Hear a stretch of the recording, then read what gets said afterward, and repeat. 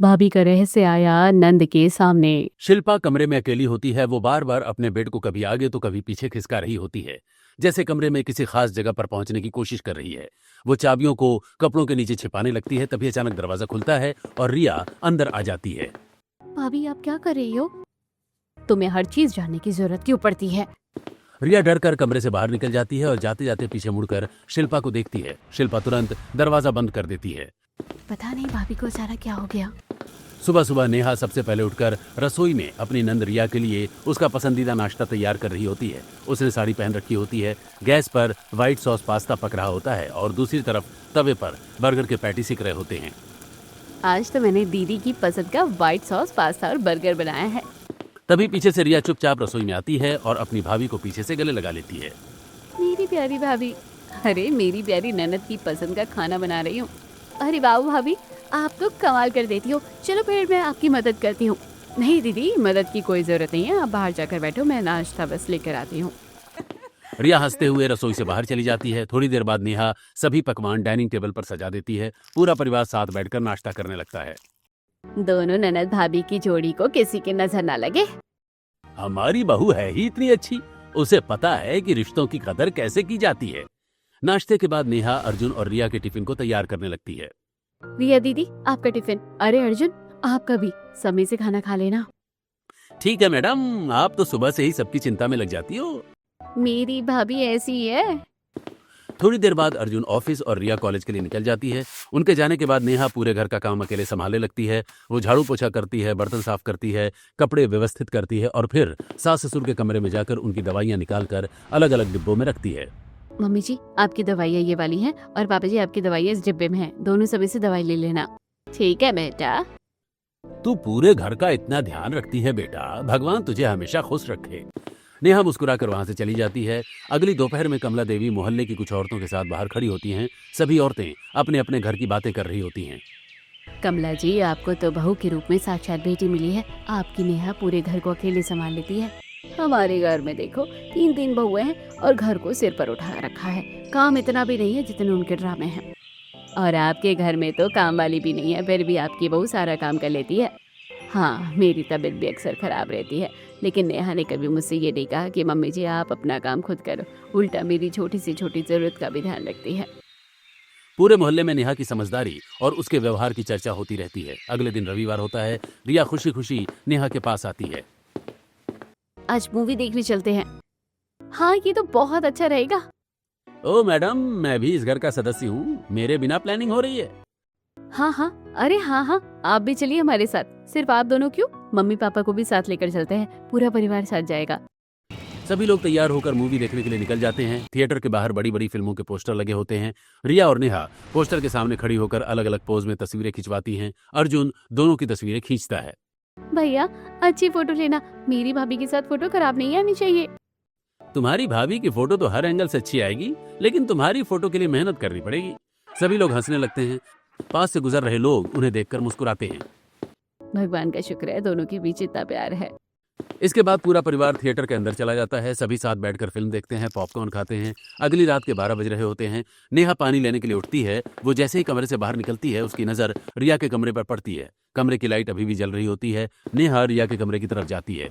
दीदी क्या हुआ, रात के 12 बज रहे हैं और आप अभी तक सोई नहीं? रिया अपनी किताबों और कागजों के बीच बैठी हुई होती है। भाभी कल मुझे कॉलेज में ना असाइनमेंट जमा करने हैं। मुझे डेट ही याद नहीं आ रही है और मैंने इन्हें पूरा करना भूल गई। अगर कल तक जमा नहीं किया तो बहुत गड़बड़ हो जाएगी। बस इतनी सी बात, आप परेशान मत होइए, मुझे दे दीजिए, मैं कर देती हूँ। लेकिन भाभी जाओ और आराम से सो जाओ। रिया मजबूरी में अपनी किताबें समेटकर बिस्तर पर चली जाती है। कुछ ही देर में वो सो जाती है। वहीं नेहा रिया की टेबल पर बैठ जाती है। वो एक एक करके सारे असाइनमेंट लिखना शुरू कर देती है। 4 बजे वो फाइनल तैयार कर देती है। उसकी आंखों में नींद साफ दिखाई दे रही होती है और वो बार बार अपनी आंखें मलती है। चलो दीदी की परेशानी तो खत्म हो गई है। इसके बाद वो थोड़ी देर आराम करने के बजाय सीधे रसोई में चली जाती है। सुबह के 7 बजते हैं। रिया की नींद खुलती है। वो जल्दी से तैयार होने लगती है। उसके सारे असाइनमेंट पूरे करके फाइनल में व्यवस्थित रखे हुए होते हैं। भाभी आपने मेरे सारे असाइनमेंट बना दिए? हाँ दीदी, सुबह 4 बजे आपकी फाइल तैयार करके रख दी थी। उसके बाद मैं नाश्ता बनाने चली गई थी, इसलिए आपको उठाया नहीं। थैंक यू सो मच, मुझे तो बहुत डर लग रहा था। कोई बात नहीं दीदी, आप मेरी छोटी बहन की तरह हो, इतना तो मैं आपके लिए कर ही सकती हूँ। सच में भाभी, आप दुनिया की सबसे अच्छी भाभी हो। रिया नेहा को एक बार फिर गले लगाती है और फिर अपनी फाइल लेकर कॉलेज के लिए निकल जाती है। उसी रात नेहा और अर्जुन दोनों साथ में बाहर घूमने निकलते हैं। रात में कई स्ट्रीट फूड के ठेले लगे होते हैं, कहीं गोलगप्पे वाला खड़ा होता है, कहीं बर्गर और चाउमीन वाला। दोनों एक ठेले के पास रुक जाते हैं और कुछ खाने लगते हैं। रिया दीदी को गोलगप्पे बहुत पसंद है, घर जाते समय उनके लिए भी ले जाएंगे। पहली बार किसी ऐसी लड़की को देखा है जो अपने पति से ज्यादा अपनी नंद की चिंता करती है। दोनों हंसने लगते हैं। क्यों ना करूं, जितना परिवार आपका है उतना भी तो मेरा है। बाकी तुम बहुत अच्छी हो, तुमने मेरे पूरे परिवार को इतने अच्छे से संभाल कर रखा है। वरना आजकल के जमाने में हर कोई चाहता है कि बस पति के साथ अलग रहे और किसी की जिम्मेदारी न उठानी पड़े। लेकिन मुझे इन सब चीज़ों का शौक नहीं है। मुझे हमेशा से एक ऐसा परिवार चाहिए था जिसकी मैं दिल से केयर करूं और जो मुझे भी दिल से प्यार करे। थैंक यू सो मच यार। दोनों मुस्कुराते हुए घर की ओर चल पड़ते हैं। अगले दिन रिया और नेहा शहर के एक मॉल में शॉपिंग कर रही होती हैं। दोनों के हाथों में कई सारे शॉपिंग बैग्स होते हैं। तभी सामने से एक लड़की तेज कदमों से उनकी तरफ आती दिखाई देती है। उसने चेहरे पर मास्क लगा रखा होता है, आंखों पर बड़ा चश्मा लगा होता है और उसके खुले बाल चेहरे पर फैले हुए होते हैं। उसकी शक्ल बिल्कुल दिखाई नहीं दे रही होती है। वो अचानक नेहा के कंधे से जोर से टकरा जाती है। अरे टक्कर इतनी तेज होती है कि नेहा जमीन पर गिर जाती है। उसके हाथों से सारे शॉपिंग बैग्स नीचे गिर जाते हैं। लेकिन वो लड़की एक पल के लिए भी नहीं रुकती। वो ना सॉरी बोलती है और ना ही नीचे गिरे सामान को उठाने में मदद करती है। वो सीधे आगे बढ़ती चली जाती है। भाभी, आपको चोट तो नहीं लगी? क्या बदतमीज औरत थी। क्या इसे जरा भी तमीज नहीं है कि लोगों के साथ कैसे बर्ताव करते हैं? आपको गिरा दिया और सॉरी तक नहीं बोला। दीदी छोड़ो ना, मॉल में थोड़ी धक्का मुक्की तो हो ही जाती है। रुको, इसको मैं बताती हूँ। अरे मेरी सुपर वुमेन रुक जाओ, जाने दो उसे। रिया रुक जाती है। तभी जैसे ही वो लड़की कुछ दूर जाकर मुड़ती है, उसकी नजर रिया और नेहा पर पड़ती है। रिया भी उसकी तरफ लगातार देखती रहती है। अगली दोपहर नेहा घर के आंगन में कपड़े सुखा रही होती है। तभी मोहल्ले की गली में एक अजीब सी लड़की आती दिखाई देती है। उसके लाल रंग के बाल होते हैं, सामने के 2 दांत खरगोश जैसे काफी बाहर निकले हुए होते हैं और उसके कान भी सामान्य से काफी बड़े और अजीब दिखाई देते हैं। उसका हुलिया देखकर आसपास के लोग उसे अजीब नजरों से देखते हैं। मोहल्ले में किसी की उससे ज्यादा बातचीत नहीं होती, लेकिन उस लड़की की नजर लगातार नेहा के घर पर टिकी होती है। थोड़ी दूर पर मोहल्ले की कुछ औरतें अपने घरों के बाहर खड़ी होकर आपस में बातें कर रही होती हैं। वो लड़की धीरे धीरे उनके पास पहुंचती है। आंटी, उस घर में कौन कौन रहता है? अरे बेटा, उस घर में सास ससुर, उनका बेटा बहू और एक ननद रहती है। पूरे मोहल्ले में इनके परिवार की मिसाल दी जाती है। दोनों तो बिल्कुल सगी बहनों की तरह रहती है। और उनकी बहू कैसी है? बहू? अरे वो बहू नहीं, बेटी है उनकी। पूरे घर को संभाल कर रखती है। अपने सास ससुर को भी माँ बाप जैसा मानती है। हमने तो कभी उसे अपनी सास से बदतमीजी से बात करते हुए नहीं देखा। उल्टा अपनी सास को घर में कोई काम करने नहीं देती और अपनी ननद को भी एक बर्तन तक नहीं उठाने देती। औरतें लगातार नेहा की तारीफ करती रहती हैं, लेकिन शिल्पा के चेहरे पर धीरे धीरे गुस्सा बढ़ने लगता है। उसके हाथ में कोल्ड ड्रिंक की बोतल होती है। वो जोर से बोतल को दबाती है। लेकिन तुम सब ये क्यों पूछ रही हो? और कौन हो तुम? इससे पहले तो भी नहीं देखा। वो मैं इसलिए पूछ रही थी क्योंकि मैं उनके बराबर वाले घर में रहने आई हूँ। थोड़ा सोचा मोहल्ले के बारे में जान लूं। अरे वाह, ये तो बहुत अच्छा हुआ। अब तो तुम भी हमारी पड़ोसन हो गई। अगले हफ्ते सोसाइटी की पार्टी है, उसमें जरूर आना। जी आंटी, जरूर आऊंगी। शिल्पा मुस्कुराने का नाटक करती है, लेकिन उसकी नजर एक बार फिर नेहा के घर की तरफ चली जाती है। उसके चेहरे पर एक अजीब सी कठोरता होती है। अगले दिन सुबह के 10 बज चुके होते हैं। पूरे घर में सब अपने अपने काम में लगे होते हैं, लेकिन नेहा पहली बार इतने देर तक अपने कमरे में सो रही होती है। कई सालों में पहली बार ऐसा हुआ होता है। कमला देवी को चिंता होने लगती है। वो धीरे से नेहा के कमरे का दरवाजा खोलकर अंदर जाती हैं। नेहा बिस्तर पर सोई होती है। बेटा उठ जा, क्या हुआ? तेरी तबीयत ठीक है ना? आज तो नाश्ता करने भी नहीं आई। क्यों, आपको क्या प्रॉब्लम है? अगर आज मैं थोड़ी देर तक सो गई तो? नहीं बेटा, ऐसी कोई बात नहीं है। मैं तो सिर्फ पूछने आई थी कि तेरी तबीयत ठीक है या नहीं। नहीं, दिक्कत तो आपको है क्योंकि आज घर में कोई काम नहीं हुआ होगा, नाश्ता भी नहीं बना होगा सुबह से, इसी वजह से आपको परेशानी हो रही होगी। नहीं बेटा, ऐसी कोई बात नहीं है। नाश्ता बन चुका है, तो बस उठकर नीचे आ जा। हाँ ठीक है, मैं आकर कर लूंगी। मेरा दिमाग खराब करने की जरूरत नहीं है। कमला देवी कुछ पल तक उसे देखती रहती हैं और फिर चुपचाप कमरे से बाहर निकल जाती हैं। सीढ़ियों से नीचे उतरते हुए कमला देवी के चेहरे पर चिंता साफ दिखाई देती है। पता नहीं आज नेहा को क्या हो गया। मम्मी रुको, मैं भाभी को लेकर आती हूँ। मेरी भाभी की तबीयत खराब कैसे हो सकती है? रिया तुरंत नेहा के कमरे की तरफ चली जाती है। कमरे में पहुंचते ही वो अपनी भाभी के पास जाकर प्यार से उन्हें गले लगा लेती है। मेरी प्यारी भाभी, क्या हुआ आपको? लेकिन नेहा अचानक रिया को जोर से अपने से दूर धक्का दे देती है। रिया अलमारी से टकरा जाती है। हट यहाँ से। क्या है? क्यों आकर मेरे गले लग गई? रिया की आंखों से तुरंत आंसू निकल आते हैं। उसे यकीन ही नहीं होता कि उसकी भाभी उससे इस तरह बात कर सकती है। भाभी, आपको क्या हो गया है? आप मुझसे ऐसे क्यों बात कर रही हैं? हर वक्त मैं बस तुझसे प्यार से ही बात करती रहूं? मुझे गुस्सा नहीं आता क्या? मेरे भी इमोशन है, मेरा भी मूड खराब हो सकता है। लेकिन भाभी, हुआ क्या है? मुझे बताइए तो सही। आप ऐसे बिहेव क्यों कर रही हैं? मम्मी के साथ भी आपने ऐसी ही बात की। कुछ नहीं हुआ है, जाए यहाँ से। रिया अपनी आंखों के आंसू पोंछती है और चुपचाप कमरे से बाहर निकल जाती है। उसके चेहरे पर गहरा दुख होता है। थोड़ी देर बाद पूरा परिवार ड्राइंग रूम में बैठा होता है। नेहा भी वहां आकर बैठ जाती है। मोहन जी अपनी दवाइयों का डिब्बा देखते हैं। नेहा बेटा, मेरी दवाइयां खत्म हो गई हैं, शाम को बाजार जाना तो लेते आना। क्यों? मैं क्या इस घर की नौकरानी हूँ? नेहा की तेज आवाज सुनकर कमरे में बैठे सभी लोग चौंक जाते हैं। अरे बेटा, क्या हुआ है तुझे? एकदम से ऐसे क्यों बात कर रही है?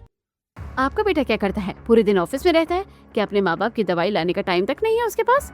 घर के और बाहर के सारे काम मुझे ही संभालने पड़ते हैं। नेहा बेटा, शांत हो जा। कोई तुझे काम करने के लिए मजबूर थोड़ी ना कर रहा है। मुझे किसी की सफाई नहीं चाहिए।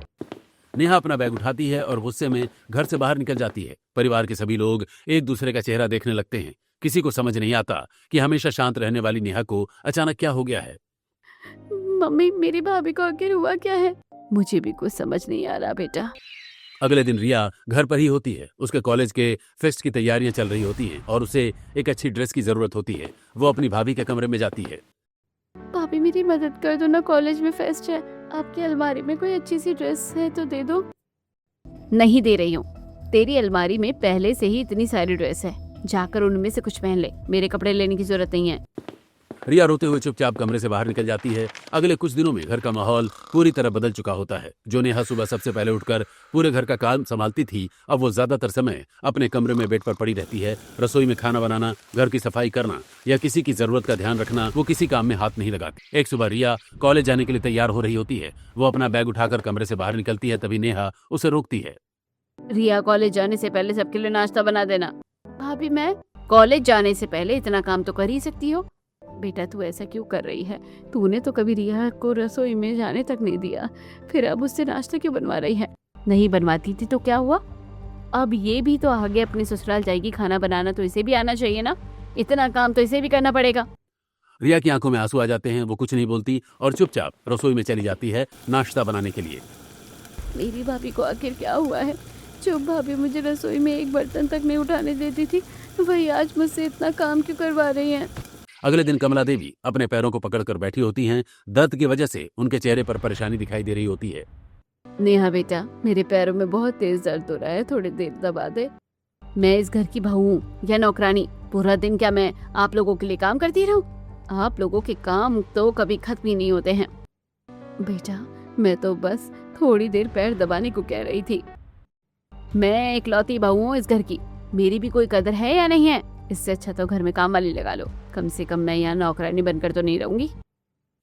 कमला देवी चुप हो जाती हैं। उनके चेहरे पर चोट और दुख साफ दिखाई देता है। जिस बहू ने हमेशा घर के हर सदस्य को अपने से पहले रखा था, अब वही हर छोटी बात पर गुस्सा करने लगी थी। एक दिन घर में कोई नहीं होता, सिर्फ नेहा और रिया घर पर होती हैं। नेहा अपने कमरे में आराम से बैठी मोबाइल चला रही होती है। रिया, झाड़ू लगा देना, फिर पूरे घर में पोछा लगाना। फर्नीचर की डस्टिंग भी होनी चाहिए। जब तक सब लोग आए, घर बिल्कुल साफ मिलना चाहिए। रिया अपनी आंखों के आंसू पोंछती है और झाड़ू उठाकर पूरे घर की सफाई करने लगती है। फिर पोछा लगाती है और फर्नीचर की डस्टिंग भी करती है। भाभी, आपको क्या हो गया है? अब तो मेरी आंखों पर से प्यार की पट्टी हट गई है। क्या मतलब? पहले मैं तुम लोगों की बातों में आकर पूरे घर में काम करती रहती थी। अब समझ आ गया है कि तुम लोगों ने मुझे नौकरानी ही समझ रखा था। लेकिन भाभी, मैंने तो कभी आपको ऐसा नहीं समझा। बस बहुत हो गया, अपना काम करो। रिया चुपचाप सफाई करती रहती है। उसके मन में अपनी भाभी को लेकर शक और गहरा हो जाता है। उसी शाम रिया और कमला देवी कमरे में बैठकर आपस में बात कर रही होती हैं। मम्मी, मुझे नहीं लगता कि ये हमारी नेहा भाभी है। बेटा, तू ऐसा क्यों कह रही है? क्योंकि मेरी भाभी ऐसी नहीं थी। मुझे लगता है जैसे किसी ने उन पर कुछ करवा दिया है। अचानक उनका व्यवहार इतना बदल गया है कि मैं उन्हें पहचान भी नहीं पा रही। हाँ बेटा, तू सही कह रही है। आजकल टोने टोटके की बातें भी तो सुनने को मिलती है और नेहा का व्यवहार भी अचानक ही बदला है। अगले दिन रिया और कमला एक बाबा के पास जाती हैं और उन्हें सारी बात बताती हैं। बाबा जी, हमारी बहू पहले तो बिल्कुल ठीक थी, सबका बहुत ध्यान रखती थी, लेकिन अब पता नहीं क्या हो गया। हर किसी पर चिल्लाती रहती है और अपनी ननद से पूरा काम करवाती है। ऐसा कुछ नहीं है, आपकी बहू बिल्कुल ठीक है, उस पर किसी तरह का जादू या टोना नहीं किया गया है। लेकिन बाबा जी, फिर वो इतनी बदल क्यों गई? इसका जवाब आपको उसके व्यवहार में ही ढूंढना होगा। हर बदलाव के पीछे जरूरी नहीं कि कोई टोना टोटका हो। बाबा की बात सुनकर रिया और कमला देवी एक दूसरे का चेहरा देखने लगती हैं। अगर नेहा पर किसी ने कुछ नहीं किया तो फिर वो इतनी अचानक क्यों बदल गई? उसी रात लिविंग रूम में कमला देवी और अर्जुन बैठे होते हैं। बेटा, पता नहीं नेहा को क्या हो गया है, अचानक उसका व्यवहार इतना अजीब हो गया है। हम तो कहते थे कि नेहा और रिया की जोड़ी कितनी अच्छी है, लेकिन अब तो वो रिया के पीछे ही पड़ी रहती है और पूरे घर का काम उसी से करवाती है। हाँ मम्मी, मुझे भी नेहा कुछ दिनों से अजीब लग रही है। तुम दोनों के बीच कोई लड़ाई हुई है क्या? नहीं मम्मी, हमारे बीच तो ऐसा कुछ नहीं हुआ। मैं तो खुद आपसे पूछने वाला था कि घर में कोई ऐसी बात हुई है क्या जिसकी वजह से उसे इतना गुस्सा आ रहा है। पता नहीं बेटा, आज तक उसने किसी को उल्टा जवाब नहीं दिया था, अब तो सबसे बदतमीजी से बात करने लगी है। कोई बात नहीं मम्मी, आप चिंता मत करो, मैं उससे बात करने की कोशिश करता हूँ। रात को अर्जुन कमरे में नेहा के पास बैठता है। नेहा बेड पर लेटी हुई मोबाइल चला रही होती है। नेहा, सब ठीक तो है ना? हाँ, सब ठीक है। क्यों? तुम आजकल घर वालों से ऐसे क्यों बात कर रही हो? मम्मी बता रही थी कि तुम अब रिया से घर का सारा काम करवाने लगी हो। पहले तो तुम उससे बहुत प्यार करती थी। तो काम करवाने लगी हूँ तो क्या हुआ? इसमें कौन सी बड़ी बात आ गई? या वो काम करना नहीं सीखेगी क्या? उसे हमेशा प्रिंसेस बना कर रखोगे? वो सब ठीक है, लेकिन प्यार से भी तो काम करवा सकती हो। उसे हुक्म क्यों देती हो? पहले तो तुम उसे अपनी छोटी बहन की तरह मानती थी। हाँ, वो सब एक दिखावा था, मैं बस ड्रामा कर रही थी। अब उसे इतना सिर पर चढ़ा दिया है तो उतारना भी तो मुझे ही पड़ेगा ना। नेहा, ये तुम क्या बात कर रही हो? आखिर किस बात का गुस्सा है तुम्हें इतना? जैसे तुम्हारा परिवार गुस्सा हो सकता है, वैसे ही मुझे भी गुस्सा आ सकता है। मेरे सिर में बहुत तेज दर्द हो रहा है, मेरा दिमाग मत खाओ, मुझे सोना है। नेहा करवट लेकर बेड पर लेट जाती है। अर्जुन कुछ देर तक उसे चिंता भरी नजरों से देखता रहता है। अगले दिन रिया अपनी भाभी को ध्यान से देख रही होती है। वो देखती है कि नेहा दिन में 3-4 बार घर से बाहर जाती है। कभी वो तैयार होकर अकेली निकलती है तो कभी अपने साथ कुछ सहेलियों को घर लेकर आती है। कि मेरी भाभी बिल्कुल नहीं है। मेरी भाभी तो इतनी अच्छी थी, वो कभी मेरे बिना घर से बाहर तक नहीं जाती थी, हमेशा मुझे अपने साथ लेकर जाती थी। उन्होंने कभी मुझसे इतना काम भी नहीं करवाया। ज़रूर कुछ गड़बड़ है। अब रिया नेहा पर नजर रखने लगती है। वो रोज ध्यान देती है। एक दिन नेहा सुबह तैयार होकर घर से बाहर चली जाती है। रात को घर के सभी लोग अपने अपने कमरों में जा चुके होते हैं। काफी देर रात नेहा लड़खड़ाते हुए घर में आती है। उसने शराब पी रखी होती है। अर्जुन उसे इस हालत में देखकर बुरी तरह हैरान हो जाता है। नेहा, तुम तो बिल्कुल पागल हो चुके हो। मुझे समझ नहीं आ रहा है कि तुम्हें क्या हुआ है और तुमने ये सब पीना कब से शुरू कर दिया? हटो यहाँ से, मुझे बहुत नींद आ रही है, मुझे सोने दो। नेहा, आखिर तुम ऐसा क्यों कर रही हो? कहाँ ना, मुझे अकेला छोड़ दो। नेहा अर्जुन को साइड में धक्का देती है और सीधे बेड पर जाकर लेट जाती है। अर्जुन वहीं खड़ा उसे हैरानी से देखता रहता है। उसी समय रिया दरवाजे के बाहर खड़ी ये सब देख रही होती है। उसके चेहरे पर चिंता और शक दोनों साफ दिखाई दे रहे होते हैं। बस बहुत हो गया, अब तो मुझे पता लगाना ही पड़ेगा कि आखिर ये सब चल क्या रहा है। मेरी भाभी अचानक इतनी बदल कैसे सकती है? अगले दिन रिया पूरे दिन नेहा पर नजर रखती है। नेहा रोज की तरह 3-4 बार घर से बाहर निकलती है। इस बार रिया भी चुपचाप उसके पीछे निकल जाती है। वो काफी दूरी बनाकर उसका पीछा करती है। काफी देर बाद नेहा शहर के एक सुनसान हिस्से में पहुंचती है। वहां एक पुराना और खंडहर का मकान होता है। नेहा कुछ देर इधर उधर देखती है। उसके बाद वो ताला खोलती है और अंदर चली जाती है। रिया भी धीरे धीरे मकान के पास पहुंचती है और खिड़की के पास छिपकर अंदर देखने लगती है। अंदर का दृश्य देखकर रिया के पैरों तले जमीन खिसक जाती है। एक कुर्सी पर नेहा जैसी बिल्कुल हूबहू दिखने वाली एक लड़की बैठी होती है। उसके मुंह पर टेप लगा होता है और दोनों हाथ रस्सियों से बंधे होते हैं। उसकी आंखें सूजी हुई होती हैं और लगातार आंसू बह रहे होते हैं। उसकी हालत बेहद खराब होती है। कमरे के एक कोने में 2 गुंडे खड़े होते हैं। तभी नेहा उस लड़की के सामने जाकर जोर से हंसती है। और नेहा, कैसा मजा आ रहा है? मुझे तो तेरे घर जाकर बहुत मजा आ रहा है। तूने तो अपने ससुराल में बड़ी अच्छी इमेज बना रखी थी ना, सब तुझे कितना प्यार करते थे, लेकिन मैंने तेरी सारी इज्जत मिट्टी में मिला दी। अब तेरे ससुराल वाले तुझे घर से बाहर निकालने में 1 सेकंड भी नहीं लगाएंगे। बस कुछ ही दिन, फिर तू पूरी तरह बदनाम हो जाएगी और मेरा प्लान कामयाब हो जाएगा। ये सुनकर रिया की आंखों से आंसू निकलने लगते हैं। ये सब क्या हो रहा है? ये लड़की कौन है? और ये तो मेरी भाभी जैसी बिल्कुल हूबहू दिख रही है। क्या ये दोनों बहनें हैं? लेकिन मेरी भाभी ने इसे कुर्सी में क्यों बांध रखा है? इस पर सख्त नजर रखना, कहीं ये भागने ना पाए। ठीक है मैडम, आप बेफिक्र रहिए। रिया कमरे से बाहर निकल जाती है। रिया तुरंत एक तरकीब सोचती है। वो मकान के पीछे जाती है और वहां पड़ा एक बड़ा सा पत्थर उठाकर पीछे की खिड़की के शीशे पर जोर से फेंक देती है। शीशा टूट जाता है। लगता है बाहर कोई है, किसी ने शीशा तोड़ दिया। चल पीछे जाकर देखते हैं, कहीं कोई अंदर घुसने की कोशिश तो नहीं कर रहा। दोनों गुंडे तेजी से बाहर की तरफ भागते हैं। रिया इसी मौके का फायदा उठाकर कमरे के अंदर पहुंच जाती है। रिया जल्दी से शिल्पा के हाथों की रस्सियां खोलती है और उसके मुंह पर लगा टेप भी हटा देती है। रिया नेहा का हाथ पकड़ती है और दोनों वहां से भाग निकलती हैं। कुछ ही देर बाद दोनों गुंडे वापस कमरे में आते हैं। वहां नेहा को गायब देखकर दोनों के होश उड़ जाते हैं। अरे वो लड़की कहाँ चली गई? लगता है कोई उसे यहाँ से भगा ले गया, किसी ने हमें बेवकूफ बना दिया। दोनों बाहर की तरफ भागते हैं। दूर सड़क पर उन्हें रिया और शिल्पा भागती हुई दिखाई देती हैं। देख वो दोनों जा रही हैं। दोनों गुंडे तेजी से उनके पीछे भागने लगते हैं। रिया नेहा को लेकर एक अधबने मकान के अंदर पहुंच जाती है। दोनों वहां छिप जाती हैं। गुंडे उन्हें ढूंढते हुए आगे निकल जाते हैं। रिया अपना मोबाइल निकालती है और अर्जुन को फोन करती है। भैया जल्दी आ जाओ, मैंने आपको लोकेशन भेज दी है, हमें बचा लो। रिया क्या हो गया? तू ये कैसी बातें कर रही है? मुझे ठीक से बता, हुआ क्या है? भैया आप बस जल्दी आ जाओ, सारी बात घर जाकर बताऊंगी। रिया फोन काट देती है। कुछ समय बाद अर्जुन वहां पहुंच जाता है। वो दोनों को अपनी गाड़ी में बैठाता है और सीधे घर की तरफ निकल जाता है। नेहा तुम्हारी हालत ऐसे कैसी हो गई? भैया बहुत बड़ा राज है, लेकिन अभी नहीं, हमें घर जाकर सबके सामने बताना होगा।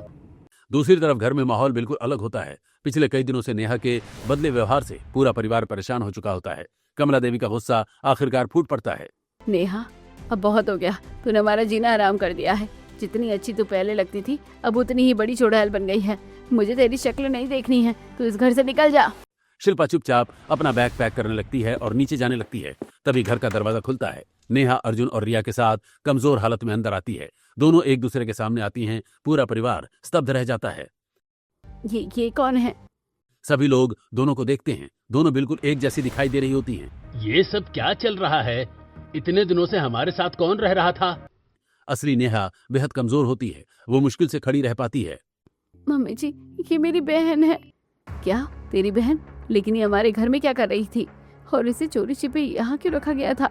मम्मी जी मेरा गला बहुत सूख रहा है, मुझे एक गिलास पानी चाहिए, फिर मैं आप लोगों को सब कुछ बताऊंगी। भाभी मैं पानी लेकर आती हूँ। रिया जल्दी से पानी लाती है। नेहा कांपते हाथों से गिलास पकड़ती है और धीरे धीरे पानी पीती है। पूरा परिवार उसके आसपास खड़ा होता है। नेहा अब हमें सच बताओ, आखिर इतने दिनों से हुआ क्या था? नेहा गहरी सांस लेती है। उसकी आंखों से आंसू निकलने लगते हैं। कई साल पहले नेहा की मां ने एक साथ 2 जुड़वा बेटियों को जन्म दिया था। दोनों की शक्ल बिल्कुल एक जैसी थी। फर्क सिर्फ इतना था कि नेहा पूरी तरह स्वस्थ थी, जबकि शिल्पा के एक पैर का विकास पूरी तरह नहीं हो पाया था। उसका एक पैर घुटनों तक का ही था और बचपन में उसके पैर में रॉड लगाई गई थी, जिसकी वजह से वो बाकी बच्चों से अलग दिखाई देती थी। बचपन में जब दोनों बहनें स्कूल जाती थी तो शिल्पा को चलने में काफी परेशानी होती थी। वो धीरे धीरे चलती और कई बार संतुलन बिगड़ने पर गिर भी जाती थी। स्कूल के कुछ बच्चे उसका मजाक उड़ाते थे। देखो इसकी बहन कितनी अच्छी है, और ये देखो, ये तो डिसेबल है, इससे तो ठीक से चला भी नहीं जाता। बच्चे उसकी नकल उतारते और हंसते रहते।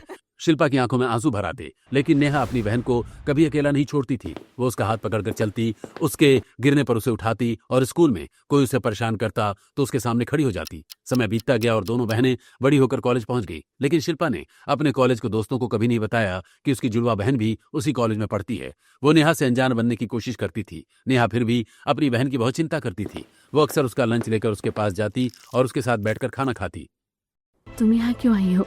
क्योंकि तू मेरी बहन है। मैं तेरी चिंता नहीं करूंगी तो कौन करेगा? एक दिन शिल्पा के कुछ कॉलेज फ्रेंड्स ने नेहा को उसके साथ देख लिया। अच्छा तो ये तुम्हारी बहन है? हाँ मेरी बहन है। देखो दोनों कितनी अलग है। धीरे धीरे कुछ बच्चे फिर नेहा के सामने शिल्पा को लेकर मजाक करने लगे। शिल्पा को लगता था कि हर जगह लोग उसकी तुलना नेहा से करते हैं। देखो नेहा कितनी अच्छी लगती है, और शिल्पा इसे देखकर तो लगता है जैसे ये दोनों बहनें हैं ही नहीं। शिल्पा के चेहरे पर अपमान और गुस्सा साफ दिखाई देता था। घर में हालांकि उसके माता पिता दोनों बेटियों से बराबर प्यार करते थे। वे कभी नेहा और शिल्पा के बीच भेदभाव नहीं करते थे। बेटा तू अपनी बहन से जलना छोड़ दे, अपने आप को स्वीकार करना सीख। हर इंसान में कोई ना कोई कमी होती है। और देख नेहा तुझे कितना प्यार करती है, तू हर वक्त उससे चिढ़ती क्यों रहती है? आप लोगों को तो हमेशा नेहा ही अच्छी लगती है। शिल्पा को किसी बात की समझ नहीं आती। उसे लगता रहता कि घर में जो भी अच्छा सामान आता है वो नेहा के लिए होता है। समय बीतता गया और दोनों बहनें जवान हो गई। अब दोनों के लिए शादी के रिश्ते आने लगे। सबसे पहले शिल्पा के लिए एक रिश्ता आया। लड़के वाले आते हैं। जब उन्हें शिल्पा के पैर के बारे में पता चला तो उन्होंने रिश्ता आगे बढ़ाने से मना कर दिया। शिल्पा को ये बात अंदर तक तोड़ देती है। अर्जुन और उसका परिवार नेहा को पसंद कर लेते हैं और उनका रिश्ता पक्का हो जाता है।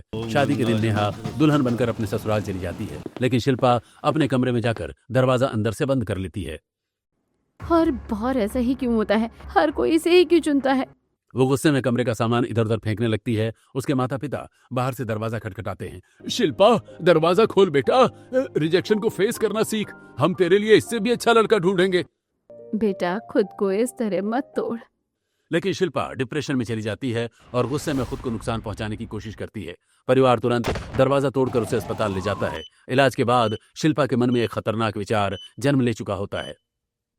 अगर मैंने जीते जी तेरी जिंदगी को नर्क बनाया तो मेरा नाम शिल्पा नहीं। उसी रात शिल्पा घर से निकल जाती है और नेहा के पीछे पड़ जाती है। तुमने इसे किडनैप कैसे किया? ये मेरे लिए कोई बड़ा काम नहीं था।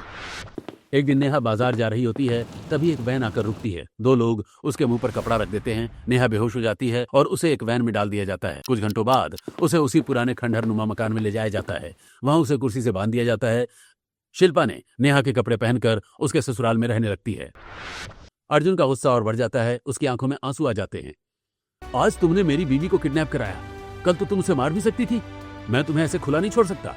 अर्जुन पहले ही पुलिस को सूचना दे चुका होता है। तभी घर के दरवाजे पर पुलिस पहुंच जाती है। अर्जुन, रहने दो, वो मेरी बहन है। वो आपकी बहन जरूर है, लेकिन उसने आपके साथ बहुत खतरनाक किया है। बेटा, इस बार रिया सही कह रही है। पुलिस शिल्पा को गिरफ्तार करके अपने साथ ले जाती है। अगले 1-2 दिन पूरा परिवार नेहा का ध्यान रखता है। शिल्पा जेल की सलाखों के पीछे होती है। कुछ दिन बाद नेहा अर्जुन के साथ शिल्पा से मिलने जेल जाती है। अर्जुन, वो मेरी बहन है। मैं उसे ऐसे जेल में नहीं छोड़ सकती। वो पहले से ही अपनी कमियों को लेकर बहुत परेशान रह रही है। मैं उसे और नहीं तोड़ना चाहती। लेकिन नेहा, उसने तुम्हारे साथ बहुत गलत किया है। मुझे पता है, लेकिन अगर उसे अपनी गलती समझने का मौका नहीं देंगे तो वो कभी नहीं बदल पाएगी। अर्जुन और नेहा शिल्पा की जमानत करवाते हैं। शिल्पा घर वापस आती है। शिल्पा, तुम्हें अपने आप को स्वीकार करना चाहिए, न कि दूसरों से जलना चाहिए। भगवान ने हर इंसान को अलग बनाया है। बेटा, जिंदगी हमेशा वैसे नहीं होती जैसे हम सोचते हैं, लेकिन अपनी कमी को अपनी कमजोरी बनाकर किसी दूसरे की जिंदगी बर्बाद करना सही नहीं है। शिल्पा, आइंदा से ऐसा मत करना, वरना दूसरी बार मैं तुझे नहीं बचा पाऊंगी और ना ही मेरे घर वाले तुझे छोड़ेंगे। बहन, मुझे माफ कर देना। जेल में जाकर मैंने बहुत सोचा, मुझे समझ आया कि सारी गलती मेरी थी। मुझे तुमसे जलना नहीं चाहिए था।